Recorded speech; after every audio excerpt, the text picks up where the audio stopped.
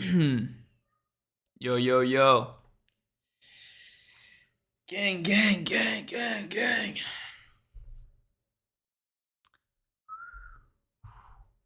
Yo.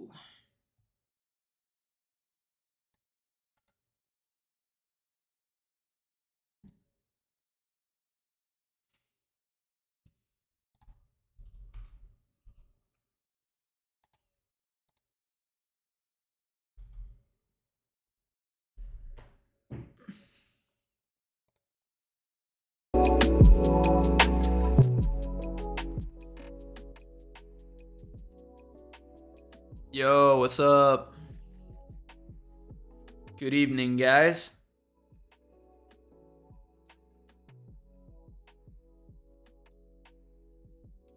How are y'all doing? How we doing? How we doing?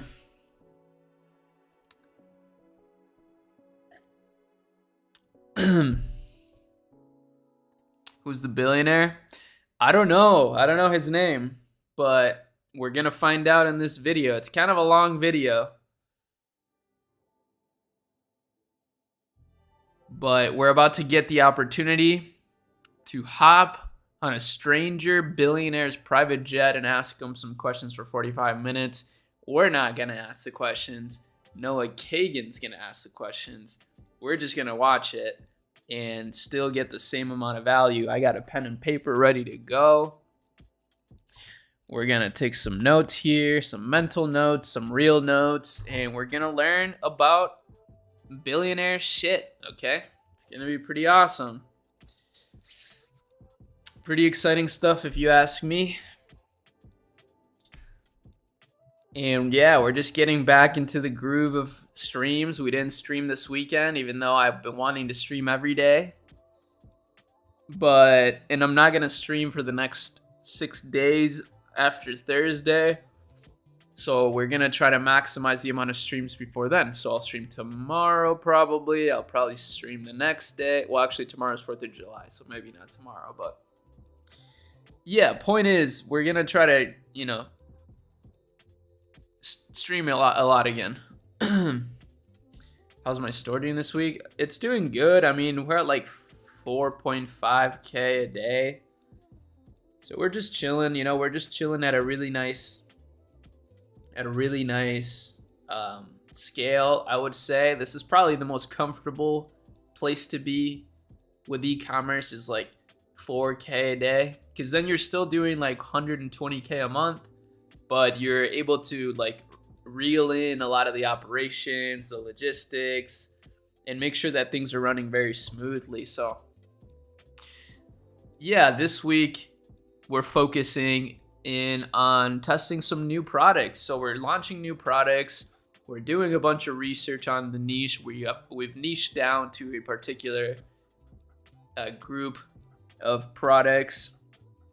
It was more of a general store for a bit, but now that we found something that really works well, we're just gonna double down on it. That's my approach. I'm very data driven these days, and I just kind of follow what the data tells me. And I like to think I architect the brand in a way that is like artsy, like well designed. But as far as like what to actually pursue, like product wise and stuff like that, I like to follow the data. So yeah, Chase not found in Ohio. Not in Ohio. That's cap. But yeah, so it's going well. It's been a good week. My team and I have been working on some cool stuff. Finding some good ideas to pursue. And yeah, how about you guys? But yeah, a lot of thinking about ecom these days, just doubling down doubling down on our operations and everything and what we're doing, doubling down on the store, doubling down on the niche. It's just a good idea.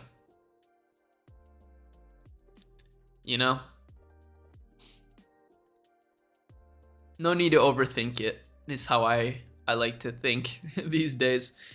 No need to overthink it. Just focus on what's working. If something's working, just double down and keep building that way.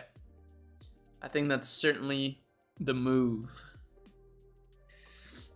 But a lot of interesting stuff going on these days, though. Right?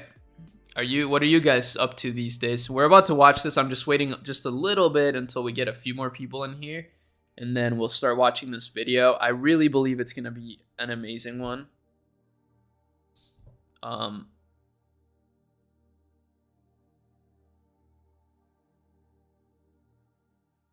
I really believe it's going to be awesome.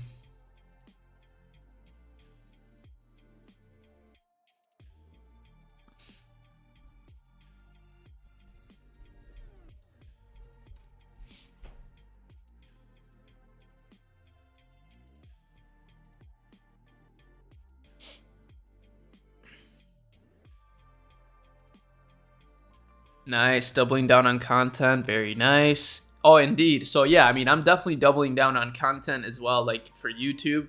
So just doubling down on what's working. You know, my YouTube channel, I absolutely love it. It's presented me with some incredible opportunities in my life that I would have never, ever had the chance to have. So doubling down on that. We're hiring some creators or hiring like editors so that we can start posting more content. And I want to just stream. So I think that's the best way for me to make content. It's just for me to stream every single day, interact with you guys like literally every day, and make content together. And then have people just posting clips from the streams every day, like 2 clips, like, or 3 clips even sometimes a day on the channel. And, you know, just making some really great videos that way. That's the plan for the channel. And yeah, same with the ecom business, you know, just doubling down on the things that are working. Yeah, you're saying you just got done watching my 2018 dropshipping course. That's awesome. Make sure if you want the updated version of our education/research company, that's at Chemi Lab. You can find it in the link in the description. It's really amazing. Super proud of that community. So do that. I'm dropshipping right now and making about 50K a month in sales with all organic traffic. But I'm so worried on what to do next when the store dies down. Any tips? That's pretty awesome. First of all, congratulations. But second of all, I mean, just make sure that you test new products in that category, you know, build it into a brand. I don't think you need to worry about it so much. I think just keep doubling down on what works. If it's working with organic, chances are it will work with ads. Maybe start running some ads. Maybe hit up the Chemi team. Maybe we can run your ads for you. We work with plenty of brands that have done that, that do some great numbers organically, and then we help them create a media buying system and, you know, run up the ads for them to get some more consistency and brand value. But I mean, those are great things you can do. So I would suggest start trying some ads so that the product doesn't die down. That will give it some longevity, and start testing other products.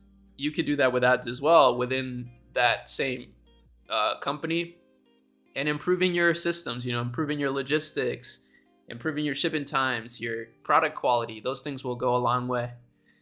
But let's get started here. So this is asking a private jet billionaire how to make so this is asking a private jet billionaire how to make $1 million. In our last video, I set out on a mission to hitchhike on a private jet. After getting rejected a bunch of times, I pushed through and met some incredible entrepreneurs. However, I couldn't convince anyone to take me on a flight with them until this happened. We're YouTubers. Our dream is to get a tour of a private jet. He was apprehensive at first as he was running late for his flight. All right. But our persistence paid off. Oh, is there any way? Is there like, are you sure? That guy said yes. Wow, that guy's a beast. They wanted to get a tour of the airplane. Okay. Dude, this is sick. Do you know why why did you buy a jet? He made a ton of money last year and decided he needed a big airplane. Do you know what kind of work he was in, or what kind of stuff he did to make all the money? He was trading. How much does a jet like this cost? 34 million. As we were getting off the plane, exchanging details, to our complete surprise, James said yes for us to fly with him to Boston on his $34 million private jet. Greatest Friday ever. Wow, this guy looks like a So this is the full complete interview I Chad. recorded with this self-made millionaire who was a former nuclear This guy, former nuclear engineer in the Navy. engineer in the Navy, now made a ton of money last year, and he's flying private. He bought a jet, and he's letting this guy on. What a cool guy so far, even though we know nothing about him. And made his fortune trading energy commodities. Like, how has having this like changed your lifestyle? It's a time machine. Here. And time is energy, and so it's a great multiplier. Were you always doing trading like all along, or was it something you got into more recently? No, I was in the Navy as a nuclear engineer, and I got out and got into finance, and then I wanted to learn about money, and I got my MBA, and so I learned engineering side of things and the finance side of things, and so got into power marketing. I trade the most volatile markets in the world. They're more volatile than crypto. They're more volatile than any commodity out there. Electricity is the #1 most volatile market in the world. Wow. And they're the most reliably predictable because they follow the laws of physics, which is a conundrum, right? The most predictable and the most volatile. For someone young that aspires to have a jet like this, like, Shit, we got to start learning how to trade electricity, guys. This is the new side hustle opportunity. If anybody knows anything about that, let me know. Find a niche and crush it. Deliver more value than anybody else. And how did you find yours? Just by trying to solve a problem and help out as much as possible. Do you recall when you felt like you made it financially? That you felt more comfortable? Or like, yeah. I've always felt comfortable.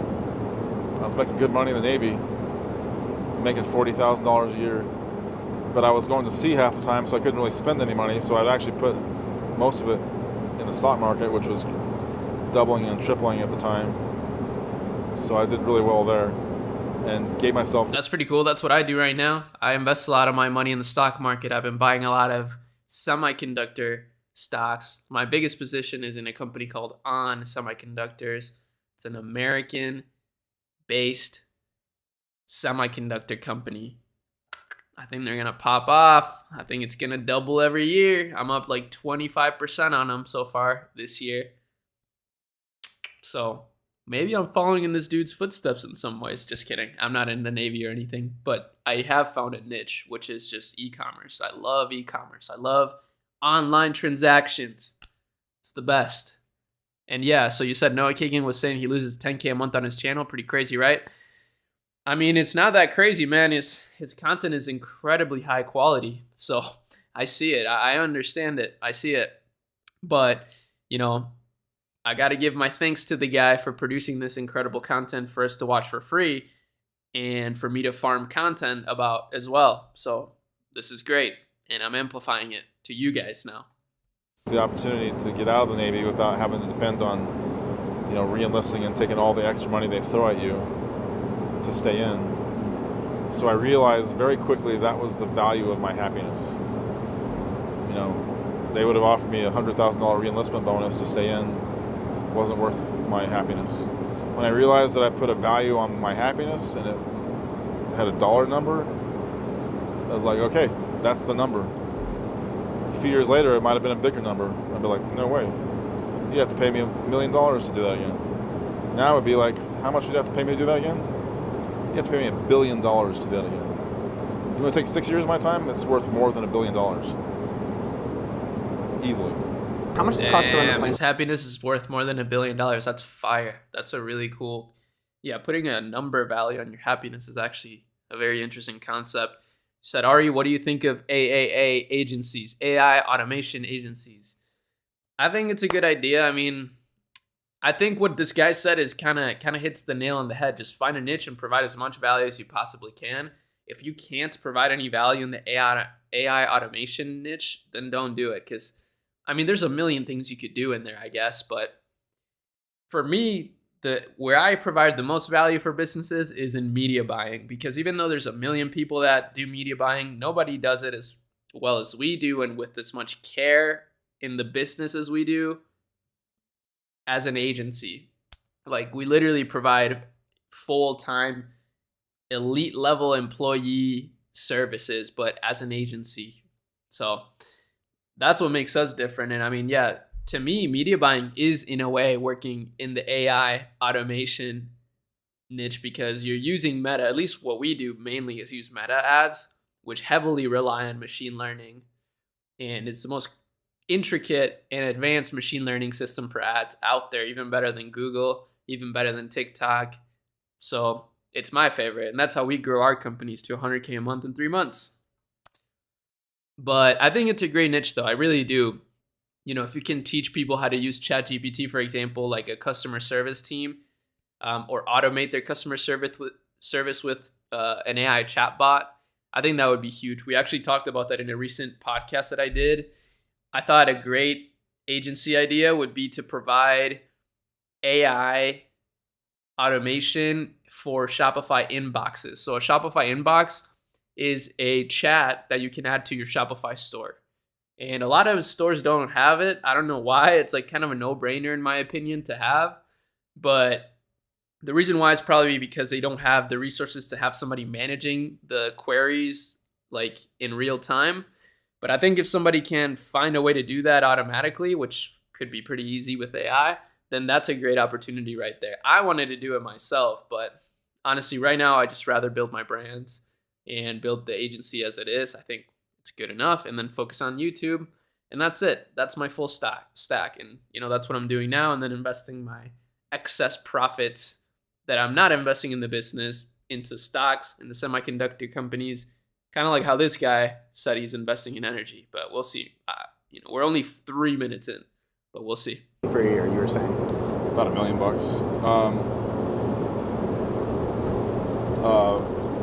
Break-even cost, I mean, that doesn't include usage, really. That doesn't include using it? Yeah. What do you mean? Well, I mean, I guess $1 million does kind of get you.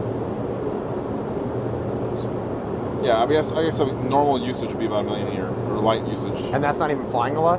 Not even flying a lot. I would say that, yeah. If you flew at a fair amount, it'd be a little bit more than that. So like this flight to Boston, like what does that cost?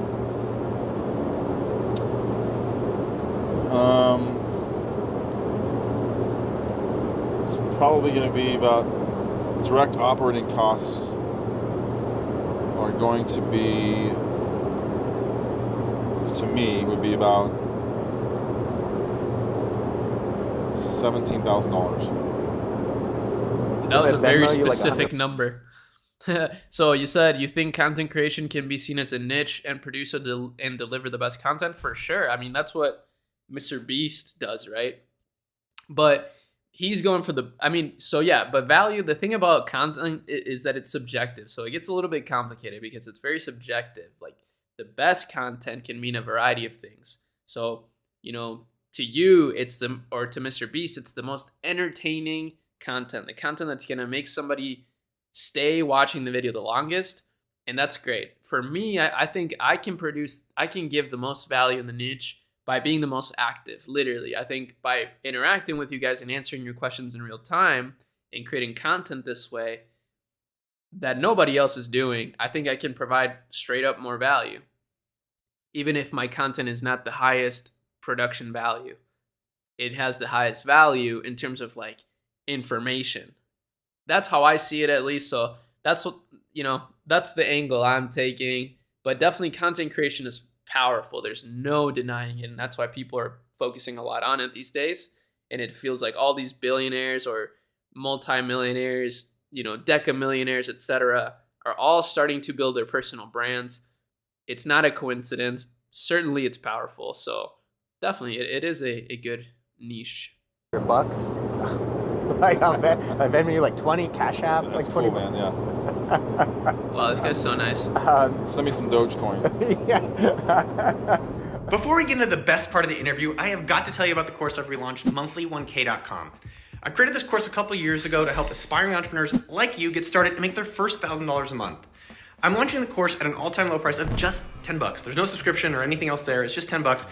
My commitment when watching these videos, since, you know, I'm obviously taking advantage of the incredible high quality production here for free, is to at the very least not skip the ads. Okay, so you're gonna have to suffer through a lot of ads if you start watching the streams, but it's the least we can do for this amazing content.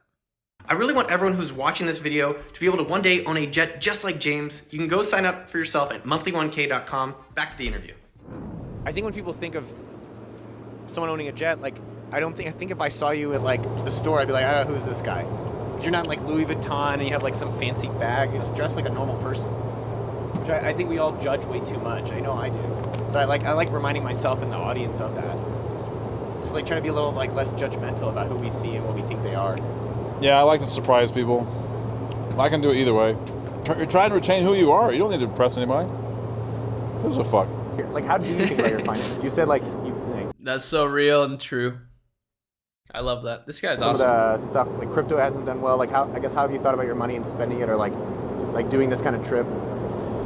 I think of the economy in phases and what cycle I think they're in. I think we're entering, or have been, or entering into a winter. And I think winter time is when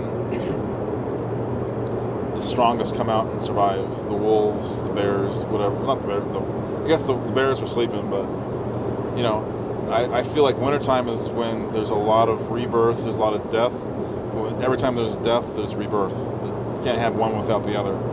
So you look at the Depression in the 1930s, or any of the worst economic recessions we've ever had. That's typically been when we've had the most innovation coming out of that. So it usually is happening as we were going into winter. We were going into winter because it seemed to be probably that the old ideas weren't working too good anymore. Yeah. It kind of burned out whatever energy that had, and we were going to be shifting into something new. You know, these different phases that people are trying to figure out. You know, in our macroeconomic trends, right? But I think that the people who do the best homework and are the most patient and are the most prepared, meaning they have cash on hand, ready to sweep in, get some good deals, are the ones that always succeed the most, because they know that when we're going through attractions, there's always going to be fear, and fear always causes fearful thinking, which causes us to think in a scarce mindset instead of abundantly. So suddenly everything's worth a lot less than you thought of before. But like, you were mentioning that like you had a crypto thing that went down. Like, how do you not panic? How do you still say, okay, I'm gonna make this decision to take the jet out, or instead of like Southwest, I want to get away fare? I don't get attached to any one thing too much. I could sell this thing tomorrow and fly commercial and be fine. I'm more about where I'm going and what I'm doing. My experiences, not. You could take this away. It doesn't change my life at all. What are you cheap on? Man, This guy's such a Chad. I love it. That's such a great energy. Just not being attached to anything. I feel that. I like that. I think that's a really powerful mindset, and I feel like that's exactly what an abundance mindset is all about. It's like it's like you're kind of indestructible at that point. Times I buy something and they charge you a price that's so extreme and outrageous, you're like, it's insulting. It's like somebody slapped you across the face. What's the story of that? I don't know. I used to work at Subway when I was 19 years old. I made $5.75 an hour, and if that $5.75 an hour could buy me a certain amount, maybe a meal. I could take a girl out on a date. How many hours I have to work to buy a chick a $100 meal? $100 meal is a big meal. I go to a restaurant now, I get a steak. Every single steak is now $60 now. Yeah. It better be a damn good steak for $60. Because in my opinion, people don't make steaks very good anymore. Agreed. It's like I'm getting a half-ass steak out in town for an insane price. Yeah, things. That's when I start getting cheap. Like I'll cook it at home. Bro's a billionaire and he's complaining about $60 steaks. I actually fuck with that because it's not about that's what he's saying. This is what I love. It's not about the price, it's about the principle, You're cooking me a bad steak and you're taxing me for it. Like, obviously he has the money to buy, what is it? Like 20 million steaks at $60 a pop. But it's not about the steak. It's about the principle. Do you have a staff at home? Because again, food's the most food's one of our most important things, right? Agreed. I think the cool thing is no matter how rich you are, we're all eating the same kinds of things, hopefully, about. If you get rich, I think it's imperative that you eat nothing but the best food. And it's unbelievable. And in fact, it's indicative of our moral decline that the richest people who you could presume, or some could presume, are the best thinkers, are the least healthy people. They're the most stressed out. They eat the worst fucking food. They hang around with people that are questionable. You know, with money comes great responsibility, or you could just do whatever the hell you want. Which way do you want to go? I'm trying to lead it by example, but showing that I still want to eat the best foods. I still want to be healthy. I still want to hang around healthy people, young, healthy, vibrant minds that know how to solve real problems, that can contribute, people that are helpful. You know? Can you pinpoint Bars. key inflection moments or key decisions that changed the trajectory of your life? Like one I would say is going to the Navy for you. I guess I'm curious, other moments in your life that you felt like you were lucky, or you met someone, maybe it's Bob Cooley, it sounds like another one. What other moments in your life come to you that like really changed trajectories? Doing a U-turn and after working the night shift, loading trucks on at UPS for the holidays, literally, I was like not happy with life. I was like 21 years old, a college dropout, and I was going nowhere quick. But I knew I was very smart, and I knew I was very driven, and I knew I could do anything I wanted to do. I don't know how I knew that. Wow. But when I joined the Navy, it was strong intuition and belief in himself. That's fire. Wow.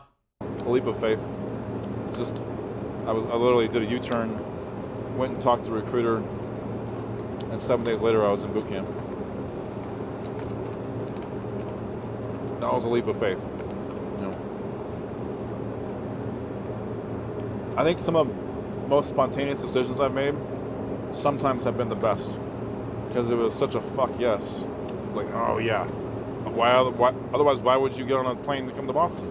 If it's not a Dude, fuck yes. It was a hell yeah. I don't do like okay kind of things, you know. Yeah.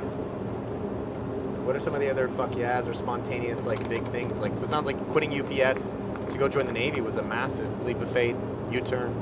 Yeah, that really, you know, doing something extremely difficult really gave me the confidence that, oh wow, I could be like considered the best of the best, you know. Like, this is a very tough school I went through. It was very difficult. So then another thing was getting a good job out of college. Just, I don't know, just a series of things. If you just look for gifts, they're there, you know. Yeah, I'm curious yours, because it's definitely, I think you have some magic ones in there.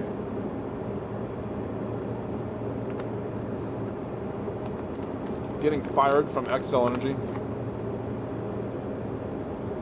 because I demanded that I be paid what I was worth. I demanded I actually get paid for doing somebody else's job, which I was doing. I was doing the job of 3 people, and I wanted to get paid maybe 5% more.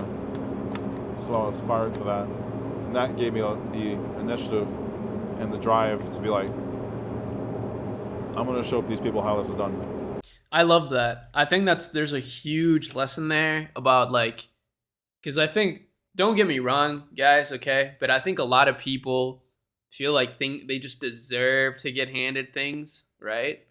Whereas like the mindset that he just proposed is like, okay, he went out there and he did the job of 3 people, no complaints, and then he demanded he be paid what he's worth, or he goes. But like doing the 3 jobs, like the job of 3 people, probably again, like it's all adding to his character, right? It's all adding value and like leveling him up. So then, yeah, okay, you have so much leverage at that point that it's like, okay, if you're not going to pay me what I'm worth, well, I'm already doing 3 people's jobs. So I could easily build something of my own and make way more money than any of you guys.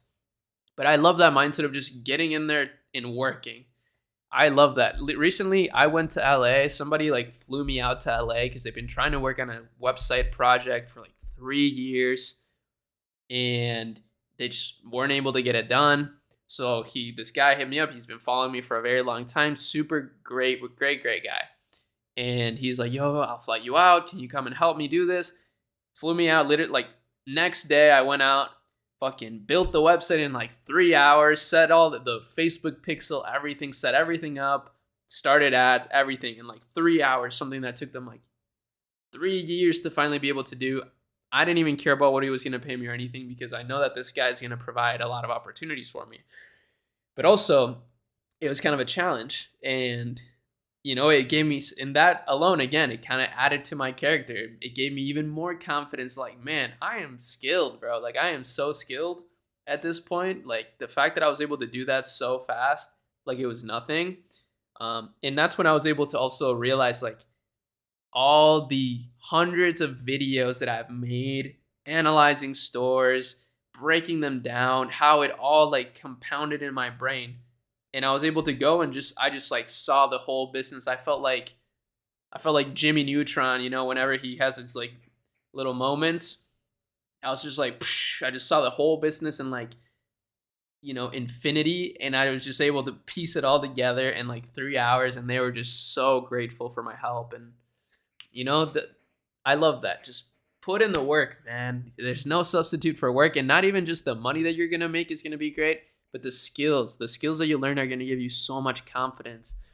That's so important. And that's also kind of what I'm learning is this guy went through and did a lot of difficult things, and it didn't make him money for a long time. Like, he probably wasn't making like any money really, all things considered, but all these things were adding to his character, adding to his skill set, his confidence, his knowledge. So it's like a flat line for a long time, and then boom, billionaire. That's fire. That's so cool. You know, because I ended up competing against External Energy, and I believe I did things better than they did, even though they're a huge Fortune 100 company. You know.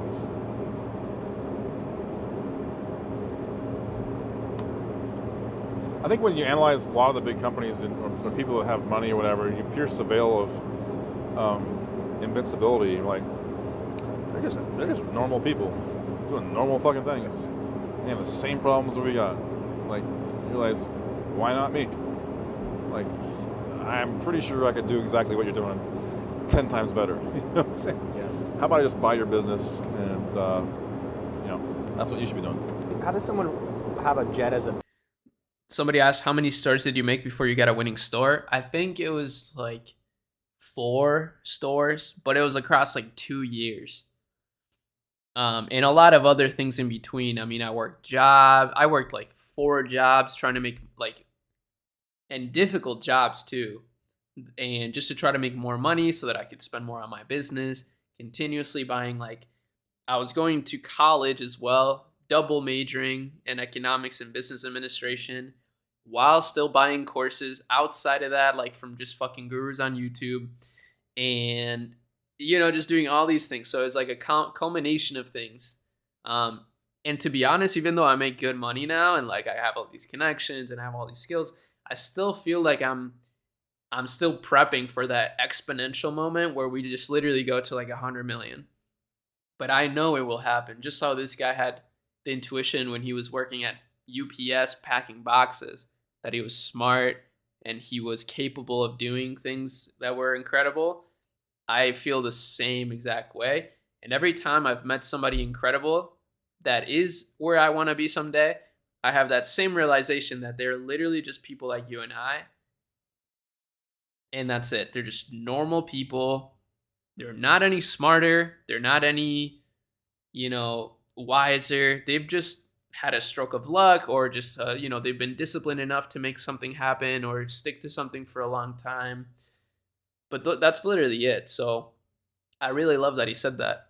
That's very encouraging. business expense? How does that work? You're saying there's tax things. I'd be curious to hear a little bit more Yeah, in about the United States, there's lots of different tax laws for depending on your tax status. If you are an entrepreneur, you can take advantage of these tax laws that allow you to defer capital gains. Or wait. Yeah, you defer basically, like say if you bought a plane for $1 million, you could write off the first year, write off a good chunk of it, almost 50% the first year. Okay. Depending on the acceleration schedule you're on, or the depreciation schedule you're on. And then if you say, well, okay, well, I'm getting a loan for, $800,000. I'm putting $200,000 down. I'm saving, I'm not paying 40-something% taxes on my $500,000 that I wrote off. I just got a loan from the government.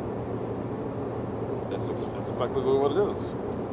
And so if you look at, okay, well, I'm tax flow positive the first year. I'm net positive $200,000. I think I did that right. Yeah. So, or whatever it is. But I'm net cash positive the first year. It probably rolls into the second year too. You wouldn't actually be paying cash outlay until year 2. But if you can say, well, hey, my business booming. I just doubled my business last year, 100% growth. What can you do with that $400,000? See what I'm saying? You can, if you're smart about it, if you're growing and if you're confident, and you use the machine as a vehicle to success, to further success, you can build a business with these planes, and it happens all the time. Not possible to create a nationwide business without being able to travel around and meet people. It's not possible. That's a bar. I mean, I already knew that you could defer the depreciation of a plane, but I think that's just overall a really good tip. It's like, if your business is growing really fast, obviously you're going to have to pay a lot of taxes on that. But if you're confident that you're going to continue that trajectory, find ways to spend that money that is going to fuel the business even more. And that's how you get that's how you go exponential. Actually, if you really think about the math of it all, it makes so much sense. It makes so much sense. So somebody said, then it all takes you back to the mindset. If you believe you can do it, yeah. First, it's believing you can do it, but then it's proving to yourself that you can do it by doing very difficult things and, sticking to your word and, doing the things you say you're going to do. So yeah, I mean, but because how many of us know people that talk so much? They talk all about all the things they're going to do, but they're not doing any of it. They're literally just chilling, watching Netflix, going to parties, hanging out with the girls, just doing all these things. And that's fine.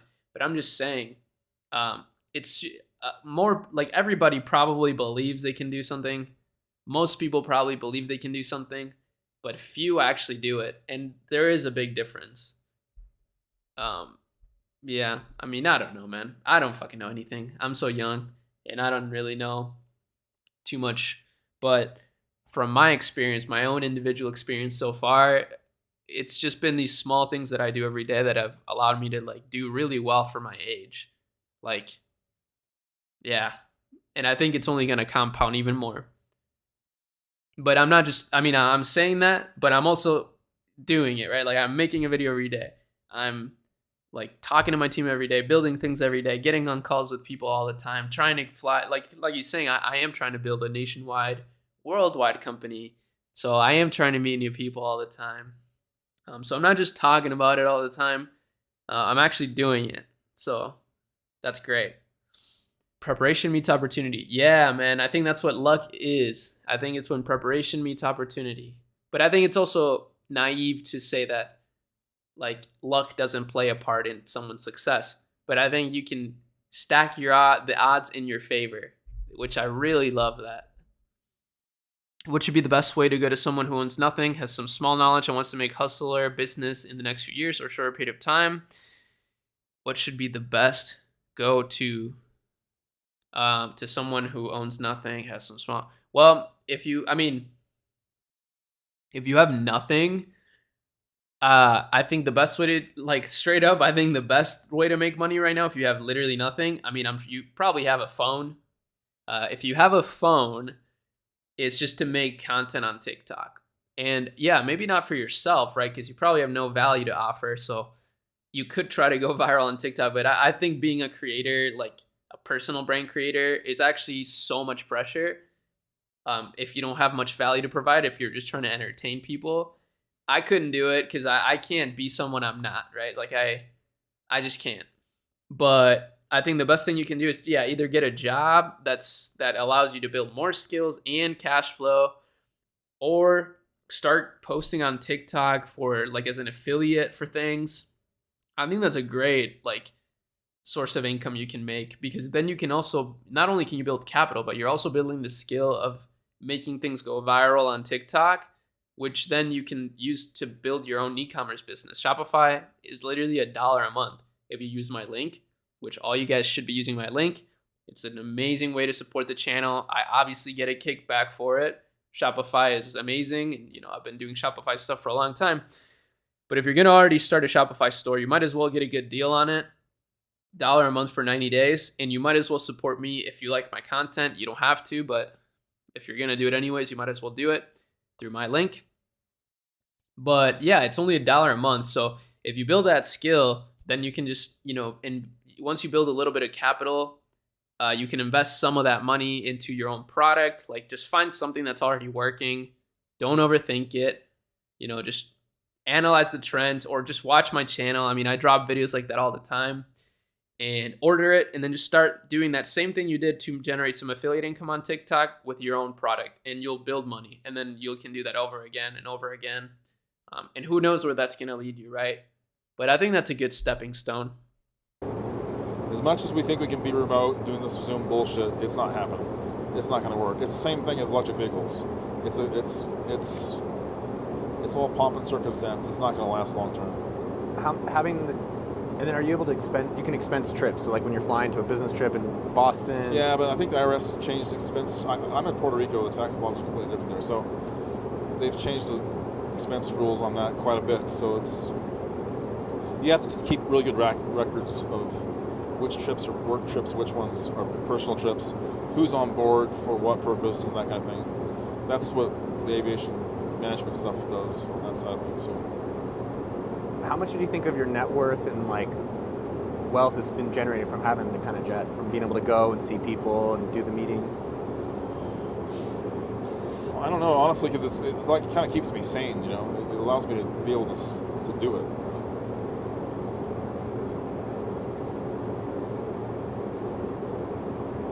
I don't know. It's hard to say. It's just one and the same. It kind of gives you the fuel, the air in your lungs to like, okay, I want to do something bigger. I mean, I never thought I'd fly a jet before. And it's like, and then you have all these, you know, and I came from very humble means, so I was like lower middle class income family. I had 2 paper routes when I was 12 years old. Delivered 120 newspapers before 7 a.m. You know. Now my parents would get thrown in jail for that if I was out delivering papers. 12 years old at 6 in the morning. So that's so funny that's so frowned upon these days, even though kids literally want to work. I always say that. And so Victor, no, I wouldn't say self-development. I mean, hey, people say that. It may be true. Personally, I just feel like self-development is a little bit of a scam. Like, it's not a scam, but like, I think the best thing you can do is just learn a skill, bro. Just like, so, and try to make money. Yeah, like I think you need to try to make money. And once you start making money, it'll change your mindset completely. And like, the only self-development you really need, in my opinion, is just being able to stick to your word and be consistent.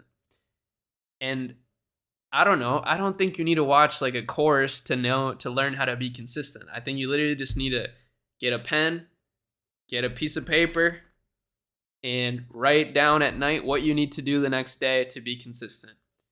I think that's all you need. I wrote on my list last night. I literally wrote down, and I've been doing this for so long.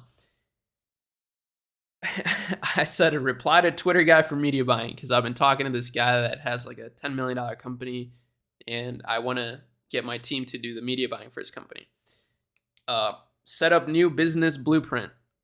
Architect, because that's kind of my role. I swear, right now I have an incredible team that executes things at a high level, super organized, but I'm really good at like architecting ideas.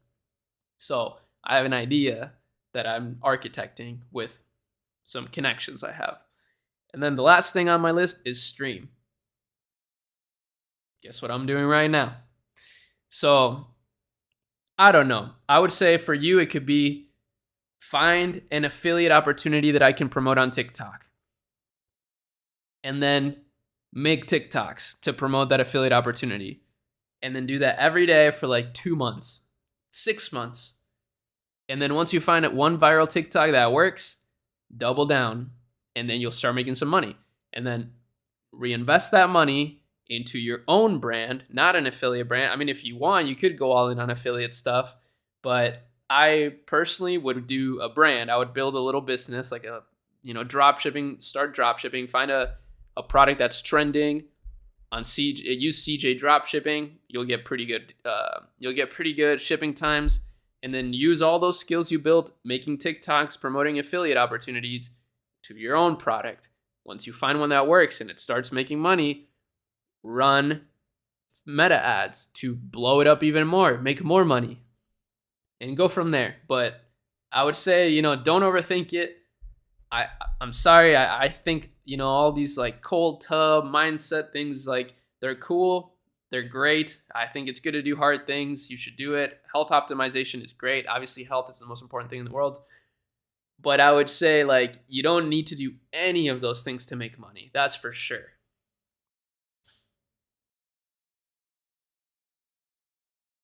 Okay. Let me just watch more, and then we'll continue to answer questions. Incentive to do bigger things, and these are obviously, they look like toys, they perform like toys. I mean, you can have a party in this thing. You can also have a meeting on this thing. We can also do a business deal on this thing. We could also sign a climate accord, or we could actually sign a treaty that decides that we're not going to use nuclear weapons ever again. We could do it right here, right now, on this plane. So that's the importance of having an airplane. That's what the President of the United States has, Air Force One, You have to have it. Just a cost of doing business, Yeah, it's inspiring. It makes me think bigger. Like, even hearing you talk, hearing about like where you're going, how you think about things, the problem. It's like you got to be. I think as an executive, as an entrepreneur executive, you've got to be iron-fisted with your time and be extremely defensive of anybody trying to get any more of your time than you already give, because you already work too hard. So when it comes to your travel or whatever, like I would be like, no, it makes me. I don't have to waste time at airports and do all that bullshit. It's going to make me way more efficient, time efficient, and I'm going to be more inspired to travel. Bottom line. So you've worked your ass off. What are some of the perks besides the jet? Like, I think people are always curious, like, hey, you worked super hard, you've earned it. Perks of being able to relax, knowing that you can solve any problem, knowing that you always grow to overcome any obstacle, and even if it's going to suck and you see in advance, sometimes we see problems coming like a slow-moving train, and we know it's not going to be fun. We step in there and start working on it. No, I was saying, do you have like, I guess people are curious probably if you have houses, or like what's it like to have this level of wealth? I think is what people are curious about. And like, what's the advantages or disadvantages of that? I think the advantages is that I have more resources to fix problems in my life, which are just as meaningful as everybody else's. Everybody's got the same number of problems. I promise you, I probably have more problems than you. But having the patience to know that I can fix things in due time, take my time, get the resources, fix the problem. But I can also take breaks, and I can live my life and be happy doing it in chunks here and there, wherever I happen to be, whether I happen to be visiting family or friends. I have friends all over the place, so my ability to really connect socially is probably the biggest benefit of all that. Socialites tend to go pretty far. That's facts. So, Victor, if you're an engineer, I mean, that's pretty awesome. I would say, yeah, probably try to get a job in that to build a little bit of cash flow. Or if you know any inefficiency in businesses that are related to engineering problems that you could solve, you could solve that as a service. There's an infinite amount of things you could do. I mean, it can be overwhelming, honestly, to know that there's so much opportunity. But that's why I think it's important to just stick to something and just try something, man. But, and yeah, can you hire an influencer to do the TikTok thing instead of grinding out the TikTok? Yeah, certainly. You certainly can. But if you have no money, then you're not going to be able to outsource anything. So if you're at zero, then you just got to do it yourself and, get your hands dirty. But eventually you can certainly hire people. How much do you think someone needs? We know that success in any endeavor comes down to your ability to build relationships. You think so? Because I feel like you seem also you've done a lot of it yourself. Like you were able to figure out this trading thing. I guess in my impression. Yeah, I was very much a go-getter and a kind of an introvert, and like I would be the one that like would just do it myself because I wouldn't trust that somebody else would do it the way it needed to be done. Yeah. I have a very sharp mind for perfecting things and making sure things are right because of my training and some other things too. But yeah, I'm not sure what the question was. No, it was just more of perks of being wealthy. I mean, having I guess one. How much does someone need to own a jet? You think? I don't think it was perks, honestly. I mean, if I sat down and looked at it, yeah. I mean, that's cool that you're asking these questions. I didn't. It's good. What's that? Cool you're asking these questions. I don't really think about that much, but I mean, you know, you just any amount of money you have, you just kind of adapt to it, right? If you ever had a job where if you ever had a situation in your life where you had to take a cut in pay, you know, and you don't know how this year. you don't know how you're going to do it. A lot of people have. Yeah. You don't know how you're going to do it, but a year later or whatever, you realize, well, I did it. How did I do it? Well, there's these things I didn't think I was going to be able to. Well, you just did it. It just happened, right? And it doesn't matter if you start off making $40,000 a year or $100,000 a year or $200,000, whatever it is. You kind of just get accustomed to that, you know, standard of living.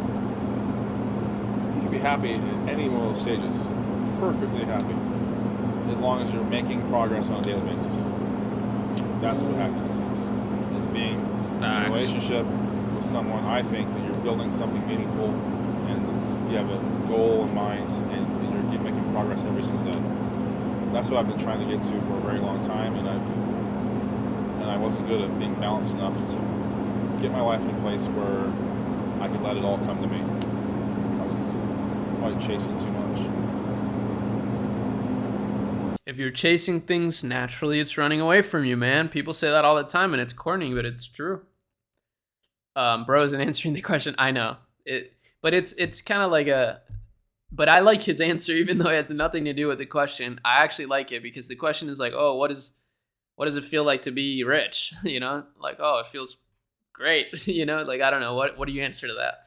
But he's going in a little bit deeper about like what it really means to be rich. It's like not like your problems are still there. Like, sure, you can solve a lot more problems, but there's more problems that come.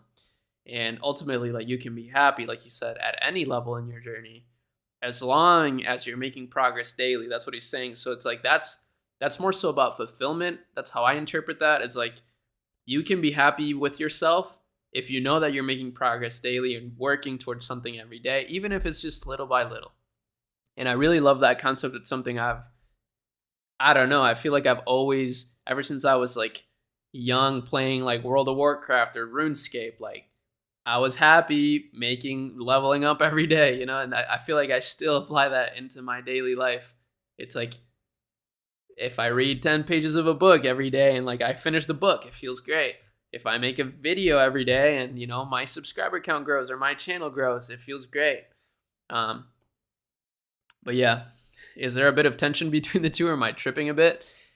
I think the tension's probably just from like, it's probably loud in the jet. It sounds like it's really loud in there and it's like not really like the best place to have a podcast. But that's all fixed. That's all getting fixed. Are you working as much these days? Are you taking more time for yourself? I'm starting to work again here now, looking at some business deals with a fresh eye and a lot of energy, but also very careful about budgeting my time. I think if you think of your time in business defensively, it's really good for you because treat everything as a different entity. This business is trying to invade on my relationship. You know, that's the way your wife thinks about it, or your girlfriend, I guarantee you. Yeah. So everything's got its own energy, so you got to balance things, right? It's just constant balancing act. And it's hard sometimes, man. You're trying to. But the other thing is you can't please everybody. You got to please yourself first. It's funny how this guy is. He's like, he says like kind of treat like everything or treat your time defensively. where I remember that other guy, Wes, that we looked at, he was kind of like on the opposite end. And it's just so interesting how different personalities operate, right? Because that guy's like, I treat my time aggressively. Like, I treat life aggressively. Like, I go after everything, blah, blah, blah, blah, blah. And this guy's like, I'm very defensive. I'm very, like, calculated. It's like, you know? I think there's a lot of lessons to be learned in that. And I think it's just, it goes to show that really anybody can make it as long, but the one message that both of them have that it's exactly the same is the idea of consistent daily disciplines. This guy mentioned it, and that other guy, Wes, mentioned it. But personally, I like this guy's approach more too. I feel like I'm like this guy more than that Wes guy personally. I mean, that's just how I'm a little more calm maybe. I'm not as like aggressively like, you know, I'm just like more collected. And I don't know which one's better, right? I don't think either one is better. There's probably people at his level of both personality types, but I think that it's kind of refreshing to know that there's no one way to be, right? Like there's not a one size fits all for being successful. The one size fits all is just being disciplined and, you know, making consistent efforts every day. That's fire. If you're not happy, nobody's gonna be happy. Just number one, take care of yourself, help yourself. Don't fall into a codependent rut where you're helping other people. Really, you need to be helping yourself. How do you keep your kids grounded when you've had money, especially that you came from, you know, humble beginnings? Just monitor their language. That's interesting. Like my first daughter, I heard her one time talk about, this is years ago, she was kind of going through an early teenage phase and getting a little bratty. I heard her say something about, well, my daddy's got a jet, we're going to take my friends somewhere like to New York or something like that. Or something like she was bragging. And I said, if you want to learn how to be really unpopular in school, just keep saying that. You know, nobody likes to hear that kind of stuff. I didn't when I was in school, so just don't be that way, you know. That's actually some wisdom, I would say, because like if like people, that it's not entirely true. People, you might be popular but for the wrong reasons, so you're not going to attract the right people into your life by like bragging about shit, you know. You're just going to attract people that are, I mean, for lack of a better term, gold diggers, you know, like people who are just trying to get some gold out of you, as opposed to people who just want to be your friend. That's smart. I like Top G a little more. Yeah, I mean, they're just different, bro. Like, again, it's just different people. I like all these people that we're talking about, but for some reason, I just relate to this guy's personality more. Just like, I don't know. It's hard to explain. I don't know how to explain it, to be honest, but, you know, we're all a little bit different, which I think is amazing. I think it's so fun that we're all a bit different and we can learn from each other. And I learned from all these people, Top G, that West guy, Noah, you guys. You know, I learned from everyone. Why does Noah just keep staring at him while he answers? The guy being interviewed is waiting for a reaction and he just looks at him. I know, it's a little weird. But I think he's just being, I don't know, bro. I think it's just like you know, he's just kind of letting him finish his thought. Because he does pause a lot in between takes. So maybe he's just letting him finish his thoughts, which is kind of a respect thing. My kids are grounded though. They're great kids. I guess what I was wondering for you, do you ever regret working so much? Like, was it worth it? Like all the work and all the sacrifice? Yeah, because it placed a heavy toll on my family life. And whenever my first marriage fell apart, what I was left with is that I have 3 beautiful children, and my time with my family was the most important thing in the world to me. Way more important than any money. After my divorce, I would have given everything away because I can always make money, but you can't get back time with people, you know, or you can't compare certain things. Certain things have permanent, lasting consequences, you know. So, yeah. This is like a therapy session, low key. And yeah, you're right. Noah's analyzing his soul a little bit. That's the stare facts. He's like looking into his soul right now. I do regret working so hard. I regret not having the right balance. And that balance really was lacking because I didn't help myself, didn't take care of myself physically. At some points, when I get stressed, I put on weight. I had a lot of stress.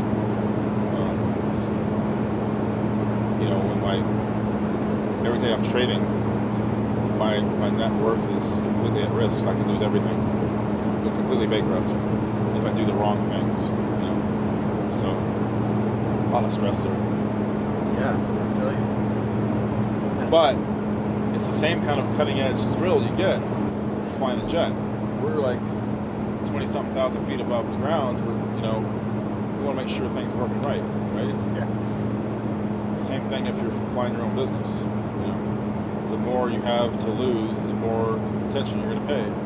Make sure things don't go awry. That's why I think the bigger the risk you take, the more you get rewarded. That's how it works. You can't do it safely. You got to punch through your comfort zones. So a lot of people are very comfortable below their glass ceilings, and that's fine. But we're starting to realize that our glass ceilings are in different areas of our lives, not just money, not just jobs or career, but now we're starting to realize that there's glass ceilings we've had our entire lives on our health, the well-being of our relationships with our friends and our family. I think we're starting to look more on the bigger holistic picture after the last few years. How do you deal with when you said you could lose it all in like a trade or two, or one trade? Well, theoretically, if you submitted the wrong information, made a decimal point error or a couple decimal points, that could cause a bankruptcy. Yeah, just like any bank or just like any utility or anybody has at risk at play. How do you deal with that pressure? Or how do you work on your mindset for that stuff? Because I simulate scenarios, the worst case scenarios. Yeah, always thinking about what could mess up. That's what causes the stress. It's the constant scanning here. What did I not check? Where are my blind spots? Who did I not talk to? What questions did I not ask? What assumptions brought me here?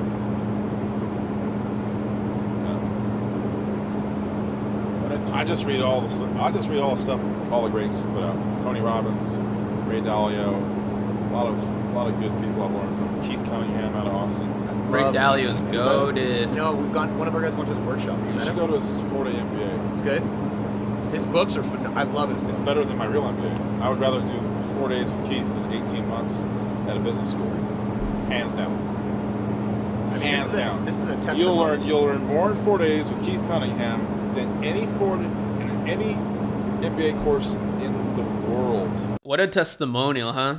From a real billionaire. Harvard included. 100%. I've never heard of that guy. I have a chip on my shoulder against Ivy League schools and people that have their academic credentials, because I learned the hard way. I learned by doing it. The Navy teaches you how to do things. Learn by doing is probably the most valuable learning that you could have. That's facts. That's for sure. If you can't do it, you don't serve that job. So in the Navy nuclear propulsion pipeline, they don't grade on a curve. They don't care about your feelings. They don't care that you're really, really trying hard and you really, really tried to get up for that test you had to make. They don't care. If you don't show up, you're fired. If you don't have the grades, you're fired. That is what the United States of America needs more of. It needs more of that cutting edge, raw, risk-taking mentality where there is downside, real downside, not these imagined things we come up with, threats around the world or pathogens that may or may not kill the entire human race, or whatever the new thing is going to be. We're always looking so far away from us. were always the last people to come and look right here. Like, do you know your neighbor?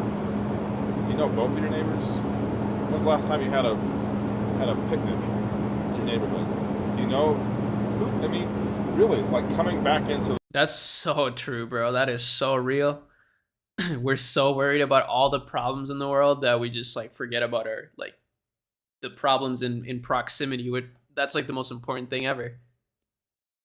Yeah. I mean, that's the problem with the internet, man, and the problem with social media is it's a double-edged sword. To connect everybody in the world is a beautiful thing, but similarly, it has a lot of downside because now you're more worried about the rest of the world than you are with your own internal world. And that's why so many people are suffering so much. He's so right.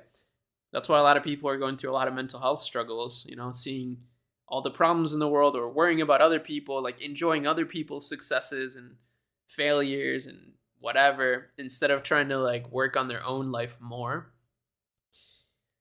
Yeah, so somebody said, bro, would you even want to be that rich? It seems like it comes with a lot of pressure. I would be so paranoid. That's that's a great point.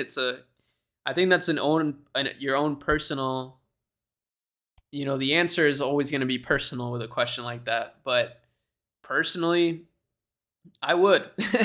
I would. I do want to be that rich.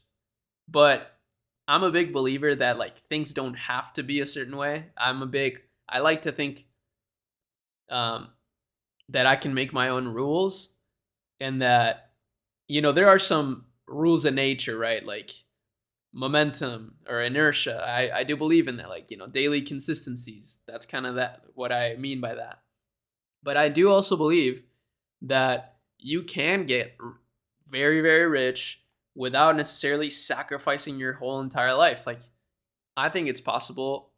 Maybe I'm wrong, but I'm going to try my best to do that. Like, I want to continue to do what I love, build a team, have a loving family, like a great family life. I think I can do it all, but we'll see. Ari, how should I approach a company and offer optimization? For example, company X has an energy problem and it would save $1 million per year if it gets solved. How to sell the service? I mean, that would sell itself, bro. If you can save a business $1 million a year, how much will they? I mean, theoretically, they should be able to pay you $500K a year to solve that, which is $50K a month ish, or $40K a month, 45. I don't know, but but I would say try to charge a reasonable price. I mean, maybe like $10K a month. I think that's reasonable for something like that. And how to sell it? Just go on Canva, create a pitch deck, like look up a pitch deck template and just put in your information, Victor Costa Enterprises, and, just make it real pretty and just pitch it to a company, see what they say, and then get the feedback from that, and then try again, change maybe something, I don't know, maybe something that went wrong. Bro, you see what's happening with Top G? Exactly. Yeah, but Top G is totally different situation, I would say, because that's not necessarily the money that's causing that problem. It's the exposure. So it's the fame. And, now it's kind of out of his hands, right? Like, he already created this viral system that is just, it's out of his hands. So yeah, that's a lot of pressure. And that's what I was saying. Like, being on social media is a lot of pressure. It really is. It's not for the faint-hearted, and it's not for everybody. And, that's why not everybody is on social media. Like this guy, he's a billionaire, but I've never heard of this guy. I've never seen him on Twitter or on Instagram or YouTube. But again, I think there's ways. I think there's no rules in this world. So like, really everything is made up. So I think personally, I can grow an audience without having all that pressure. And I think the way that I personally do that is by not sharing all my life. While I'm in my office working, I'll stream and be as raw as I can. I don't need to hide anything. I mean, obviously I'm not going to tell you everything I'm doing, but like, I can just be myself. And I think that way I can relieve a lot of the pressure that comes with being a creator. I don't need to like be extra. I don't need to be like something I'm not. Yeah. But that's just my own personal philosophy, that my own personal mindset. I could be totally wrong, but so far I'm really happy with how my life has played out, and what I've built so far is really meaningful to me, and I've been able to do it without necessarily sacrificing a lot of things that I love. So I'm going to just try to keep doing that, and we'll see where it goes. To the locale of where you live, to the micro level, your HOA, your student board meetings, I don't know, whatever it takes to get connected at your roots, your home. Because it shows how ill we are as a race when we are constantly looking for things that we have zero control over. Zero. When we don't do anything to fix things we have 100% control over, which is in here. And so we're extremely unhealthy society. We know what it takes to fix a problem. Nobody's done it yet. Or are we? Are things changing? Are we shifting? What's going on? You think people are limiting themselves too much about what they can do and what they can think and what the abilities they have? Yeah, I think they're limiting themselves not for a variety of reasons. One of which is personal or interpersonal relationship, or maybe generational trauma, or maybe it's PTSD, maybe it's trauma from a rape or incest case. There's a lot of trauma in the world these days. And if you think about somebody that's trying to make it in this world, they start off as a young pup trying to get through high school and college or whatever they're trying to do, to be able to navigate this world and avoid all the collateral damage from fill in the blank. It's slim odds. It's a tough world, and so when you accumulate stress and trauma, you need to have a more effective way of eliminating it or balancing it. Better put, imbalances never get eliminated, or energy never gets eliminated. It always shifts. So I think the better we can come together and learn where there is polarity and one person's different than another, and we can serve each other's needs, help each other in some way that is unanticipated and helps us fill our blind spots, it's a win-win. I think the economy is going to start shifting from a materialistic economy in the United States to more of an interpersonal economy where people are fulfilling each other's needs, not so much monetarily. It could be emotionally. If you don't mind me asking, what was going on recently? Facts.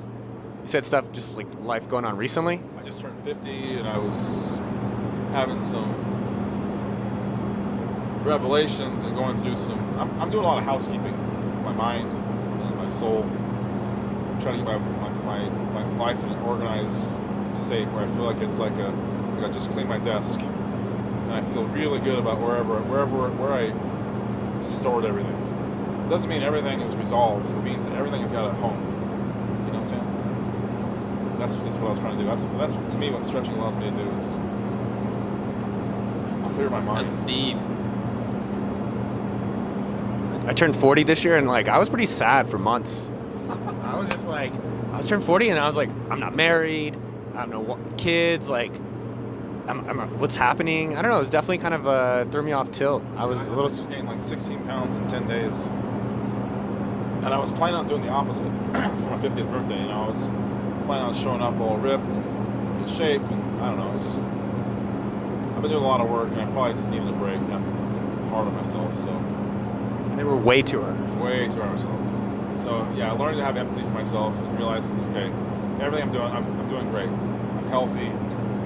Body's moving great. I have no restrictions right now. Everything's on track. I'm gonna go walk the beach here every single day for a week. Get my feet in the ocean. I'm good. How are you guys doing? Who are all the guys joining, and girls, guys and girls? Hello. If he's a billionaire, should he be on Forbes? How does Forbes work? Are there billionaires that are out of the magazine? Bro, Forbes is a scam. People literally can pay to be on Forbes. It's actually awful. So no, not necessarily. I'm just kidding. Forbes isn't a scam per se. They actually have a YouTube channel and they provide a lot of value. So I can't give them any shade. I've reacted to videos on Forbes that are actually really good. But but yeah, ultimately it's just like like Forbes is really more like an entertainment magazine, and people can pay to be on there, to be featured on there. But yeah, I mean, there's actually more billionaires in the world than you probably think, and they're not all showcasing their lives because obviously $1 billion is a lot of money, and man, there's like so much danger these days with being on the internet. Like, I mean, there's like really intricate cyber attacks that was never a thing before. I mean, it was, but it probably has only gotten like worse. So I understand why somebody may not want to be on social media as a billionaire, but yeah. So being grounded. We'll see. As long as we have a way, I think us humans don't really understand how we best reboot our health. When I say reboot, I mean you can reboot your health in 10 days. No matter where you go, if you have the right resources, you have the right food, you have the right people, you have the right conditions, you have the right preparation, which means you're not bringing bottles of Jack and PBR, whatever it is, whoever you're with, you can set it up to be a health trip. You can get a massage therapist there to share among 4 or 5 people, couples, whatever it is. You can get massage therapy, acupuncture, some basic stuff, a chef that cooks organic food, whatever it is. 10 days is a lot of time where you can get off the grid, detach, detox electricity, information, people, stress, and see how your body is affected, and literally watch how you walk differently. Your brain will literally have more capacity to physically move around better. That's what I've learned from stretching. That's what I learned because I've been pretty high tech when it comes to what muscles do what in the golf swing. Exactly. What muscle groups need to come into balance for me, actually any golfer, biomechanically to be basically a robotic golfer. I'm building a machine that all it does is generate success. Basically, I want to learn golf, stretch, and join the Navy after hanging out with you. Those are like my 3. I need to get underwater and do. The submarine thing was cool for like 30 minutes. After that, it's like, what the fuck did I do? But I would say one thing to come back on. I mean, my word of the year is be kind to Noah, because then I can be kind to others. But I'm just shocked in general how mean I am to myself on the regular, and then how much everyone else is doing that too. And That's I do have 1 or sad, 2 man. friends that I love being around because they're so nice to themselves. I didn't eat a piece of chocolate 2 nights ago, and I texted my buddy Tynan. I said, hey man, I thought of you because you would probably tell yourself, I'm so proud of myself. He's like, dude, I just did that yesterday. And it just makes me kind of remember that, like, for you, for me, all the people, I don't know, just like be a little nicer. Like, it's okay. Like, you can't. Yeah, it's sad to me how much people struggle with like self-image, and I don't know, even like Noah Kagan is like super successful, bro. Like, this guy's exited a business for like 9 figures, and he's like, I'm so mean to myself. Like, that's sad. So I guess, all in all, yeah, people probably do need more personal development. I think this guy said it. People are going to shift maybe from a more materialistic America to a more introspective, like, self-development America, which I think would be awesome. That's so interesting though. Yeah, super interesting. So if a billionaire makes money by his image, Forbes would work as an ad then. Yeah, exactly. Yeah. Yep. That's exactly right. You talk about agency accounts. You're trolling, bro. Are you a millionaire, Sir Shearson? No. I pay too much taxes. Handle it, okay. You're going to get back. It's not over. Yeah, I just think in general. First. Order the dessert first. What do you mean? If you're in a good place and there's some badass dessert on the menu, get that shit first. Don't water it down, make it last. You always want the best first. What's a day in the life like now for you? Because it sounds like before your days sound stressful as hell. Like, Most of my days spent stretching. Yeah. I have found the path to my psychological development has been through stretching directly. Straight up yoga.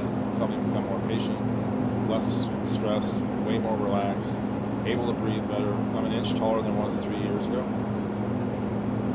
Because So I stretched my central hamstrings enough to where I got the cathartic curve out of my lower back, got a straighter spine, better posture, more energy, all these other benefits. Wow. So the more I invest in myself physically, the more benefits I get out of I'm gonna stretch more, bro. myself financially. That's a good lesson. This guy's a billionaire. What does he spend his days doing? Stretching. Goddamn. It's really that simple. That's funny. That's really cool though. Because I'm happier. And life seems a lot easier. The noise just falls away. You know? Do you mind showing me? Yeah. Just do it. Oh. Like this is my balance sheet stretch. Oh, yeah.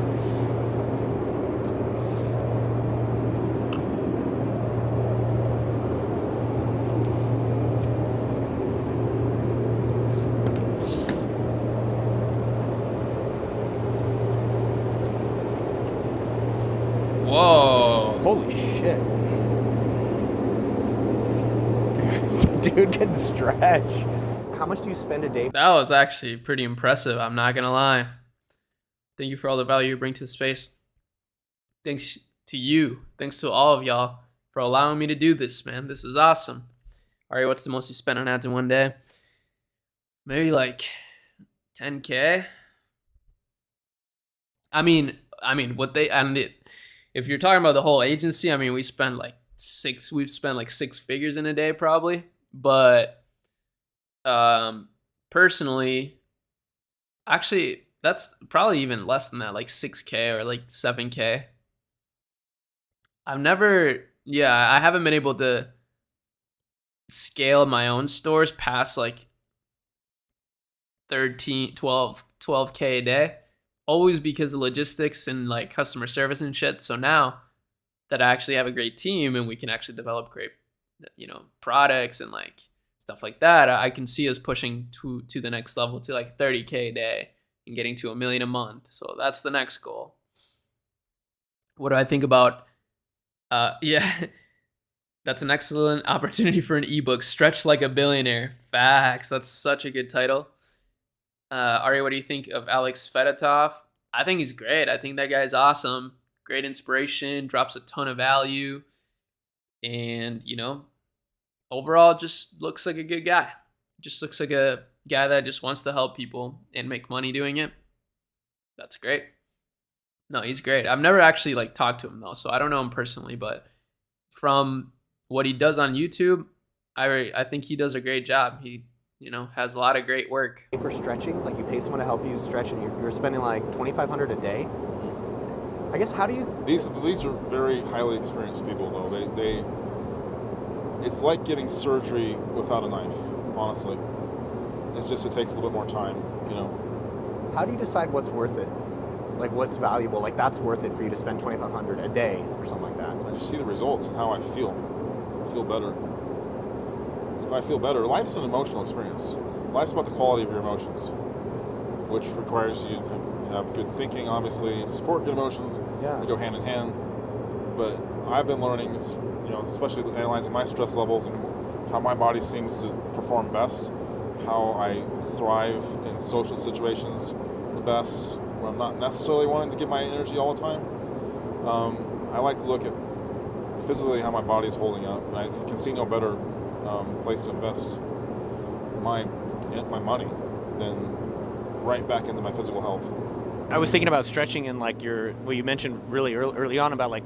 What's so cool about that is that you don't need to be a billionaire to start doing that. You know what I mean? Like you don't need to be a billionaire to start trying to be healthier.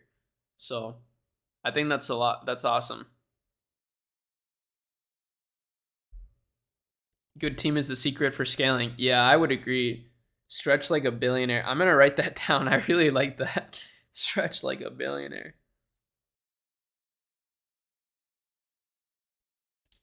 Maybe we'll put that on a shirt someday for the channel, for channel merch. That'd be pretty cool. Conflict, which we all have. And it seems like that helped alleviate the physical tension as well as maybe the mental tension. Yeah, I mean, if you've ever read the book, The Body Keeps the Score, talks about different vectors that trauma or stress, any kind of toxic emotions, relationships, a physical injury can take to get into your body and manifest itself as locked-in trauma. You got hit by a car, your airbag went off, and you had a concussion. That trauma is locked in your body at that moment in time. So we're starting to learn more about that kind of stuff now, and the role that fascia plays in being able to map where that trauma is in the body and what kind of downstream effects it could have. I think the next wave of business, the next phase of business in the United States is going to be shifting to more of a post-mortem of what happened during the pandemic, what's wrong with the scientific community in the world, what we're going to do to fix it. I have plans to do that, and I'm going to do it, and how are we going to get the data to do that. It takes data, it takes information, and it takes an open and transparent repository to be able to do that so that the government can't get its claws on things. The government should have nothing to do with investigating itself and how it's conducting itself to make our nation a healthier country. I want to go back to the day where we had the presidential fitness awards. Yeah, I remember. We did the running test Arnold, and climbing yeah. the rope, and if you did all these things and you got a letter from the President of the United States of America, that's what you need to go back to. That's pretty cool. I don't remember that, but Ari, have you personally used Source Inbox for your fulfillment? No, I've only used CJ. Out of all like the starter fulfillment services, CJ is probably my favorite. I think it's so good for how big they are. I think they still are able to provide a really solid service, so check them out. How do you stay motivated? My ecom business is doing pretty good now, but now I don't feel the same motivation I had before. I think that's natural, and you just can't really, you just got to outsource things and, learn more and see how you can grow it more, but you probably have to hire more people. That will help you be motivated, I think, just having good relationships with the people you work with and building like a good team. That's been great for me. It allows me to stay motivated, even with like a boring business like an agency, like a media buying agency is not the most exciting business in the world, I'll tell you that. But with the team that I've built, it makes it exciting. It makes me motivated because it makes me feel like we can do that service for the big, the government. I don't know. We could do it for Harvard. We could do it for any business. And I would love to work with those businesses and institutions. So that gets me motivated. I don't know. For me, thinking big motivates me a lot of times. And just the idea of like doing things my own way makes me motivated personally. Like these are all personal things, right? Like I'm just speaking out of my experience. But I could be wrong and this could just not work for anybody but me. But it works for me. Thinking really big keeps me very motivated. So like I said, genuinely believing that we can use our team to help even some of the biggest companies in the world have a good media buying system for Meta, even if it's just for Meta. Like I think that's great. So that keeps me motivated. And then also just building our own brands, that also keeps me motivated. Like building an ecosystem of brands. I love that idea. So right now we're really going heavily into, it's funny, that challenge store that we did on the channel, that's turning into something massive. And it's pretty cool that I was able to document like kind of the step-by-step growth of it. Turn your business into purpose. That's how I imagine you can stay motivated. Exactly. Or find the things that make you that you really enjoy in the business and like focus on that more. I think that's great. What's your next goal? You trying to get a PJ? I'm not trying to get a PJ anytime soon. I can't afford that right now. And I don't think I will be able to afford that for a little bit. I think right now I'm just really trying to get the biggest results I can possibly push for with like a single brand, maybe exit it for a lot of money, and just continue to build, work with some of the biggest brands. Like I want to work with Skims, like Kim Kardashian's brand. I really want to work with them. Work with other brands. and just do really good work and meet incredible people. That's my goal right now. Just, just try to push things to the next level. I have no material goal right now, except for maybe like a house. I would love to buy a really nice house for a family. And that's it. That's it for now. Make money, big numbers is all motivation you will need, I think. Yeah, I kind of agree. I think big numbers are motivating. Have you ever sold any of your businesses, or do you want to in the future? I've never sold a business, but I want to. I just haven't felt like it's worth doing yet. Like, I think I can build way bigger first and then sell for an even bigger number. So I don't think I will anytime soon, but I definitely think I will in the future at some point. So physical health relates to our mental health, 1-to-1. What made you say yes to even letting us see the plane, and then yes to like even going on? Why not? There's empty seats. This guy just got a free flight too. Game changing. It's so epic. You only make $50K a month. Is Like, that revenue? No, bro. That's profit. A lot of what we try to encourage others, just like not to go stand outside airports, but just to ask. Like, you never know. Yeah. Right? And the fact that you're super cool, I got to connect with you, and like I think we're gonna be friends for a while. Yeah, I agree. And just like the ability of that. Yeah, I just think that the more that we take care of each other, the more we can help each other. That's what's truly going to create more value in our society. It's something we don't quantify, or we don't measure, because we consider GDP to be one of the only measures of economic activity. I can tell you we haven't had any activity in the United States in a long time. Zero. We haven't produced a fucking thing. I was born in 1972. I was born in a time when people were a lot more proud to be American, and a lot more proud of our actions on this planet than we are now. And I don't like the way our direction's going. So I want to be part of the solution. You should have said $1 million per month. Yeah, I mean, a lot of gurus probably would do that, but I don't want to. Honestly, I don't want to be a guru in any way. Like, I just want to share the journey and hope that people want to help me get to my goals. That's my goal. I don't want to, I don't want to be like that.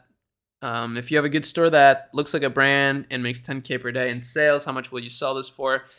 I don't know. It just depends on a lot of factors. Like, if it's just like a brand new store, probably not that much. Like, probably not more than like 100K. But if it's like a 2-year-old store and it's consistently making like 300K a month very profitably, then you could sell it for millions. How can I be part of the solution? Get healthy. Why? I just turned 50 years old. Who am I gonna be when I turn 60? I can tell you who I'm gonna be when I'm 60. I'm gonna be a lot more fucking rich. I'm gonna be a lot more handsome. I'm gonna be a lot more powerful. I'm gonna be a lot more fucking connected. I'm gonna have a lot more capacity to solve more problems. I'm gonna have a bigger fucking plane. I'm gonna have more resources. I'm gonna employ more people, and I'm gonna fix fucking problems. If rich people who fly these fucking planes actually did something with their money, with that mindset, we wouldn't have any problems. We'd have less problems. The problem is everybody thinks that the goal is to make it, to keep it. That's not the priority. The universe, God, whatever you want to call it, doesn't reward people and give people nice things because they deserve it as a reward and just say, hey, send you off in the sunset. It does, obviously, at times. People get lucky. I think more often than not, there's a system to why certain people percolate to a position where they say, why not me? And they get pulled into the tractor beam of entrepreneurship, and they start realizing, oh, I can solve problems, and this is fun. This is like a spiritual endeavor to me. It's like it's fulfilling, That's when business can become like easy. Yeah. It's life fulfilling instead of detracting. It's not a Facts. It's not a job. Yeah, I was thinking It's about not a job, it's a mission, just fixing problems, bro. You could be middle G or something as a guru. That would be pretty viral, but that's so funny. Middle G. I kind of like that. That's not bad. Nah, I'm trying to be top G though, bro. That's the thing. You just got to give me time, okay? You just got to give me time. Do you recommend any supplier or service for ad creatives for Facebook and TikTok? You can do like Billo. Billo's not bad. You could find your own creators. What methods do y'all personally use to analyze market trends? Asking everybody. I just use the Akemi Lab, bro, because we got researchers that are doing that for us. I'm not kidding. That's true. But I mean, I don't know. Just like staying, like I do a lot of research. I do research every day, so like that makes it really easy for me. But I like to go to Crunchbase, watch YouTube videos, go on Twitter, read different things, listen to podcasts of like very important figures, see what they're doing. It's kind of a variety of things, and then I just compartmentalize all of it in my brain. I'm seeing Akemi ads, are they profitable? Yeah, I mean, I don't spend a lot on Akemi ads. I spend maybe like $10 a day. So yeah, they're profitable. I'm not really trying to scale that. It's mainly for retargeting. I get enough reach organically, honestly. The billionaire went from 0 to 100 in less than a minute. It's not only his car that gets speed fast. If you can create your work to be your lifestyle, and you also want to live a nice lifestyle with great people, that's a pretty powerful combination if you can make that happen. If you like this conversation and you want to watch another interview I did with the billionaire founder of Kinko's, check out this video right up here. And if you haven't already, make sure to like and subscribe. Uncle Noah loves you, and I'll see you out there. Pew. Shout out to Uncle Noah. Shout out to Uncle Noah for a banger video yet again. Noah does not miss. We'll have to watch a different one soon. Maybe some of the other billionaire ones, like this one or this one. So crazy that this stuff is just out there on YouTube. So powerful. But yeah, incredible video. Really loved that. I really liked that guy. He was really cool. And I hope that, it inspires more people to watch this on my channel with my commentary. We're going to keep doing these. The streams are not going to stop anytime soon, and you'll be seeing the clips from the streams on the channel, so don't worry about that. So this guy made $180 million in 6 months. That sounds dope. I gotta go though, unfortunately. But yeah, man. As a viewer, I really like how you find these unique e-commerce stores and show us how they're doing it. Please don't change the style of your videos. I will not. So I'll always keep doing case studies on businesses, especially e-commerce businesses, because they're the most relevant for me. But I do want to start streaming more, and we'll be posting clips from streams on the channel as well. So we'll do both. We don't got to do, it's not going to be one or the other. It's going to be both. And I also want to start analyzing the stores and making those videos while I stream. So that's also going to be pretty cool. Or at least finding the stores. Maybe you guys can help me with that. You can help me come up with stores and to review. You can comment them on my channel and stuff like that. That'd be awesome.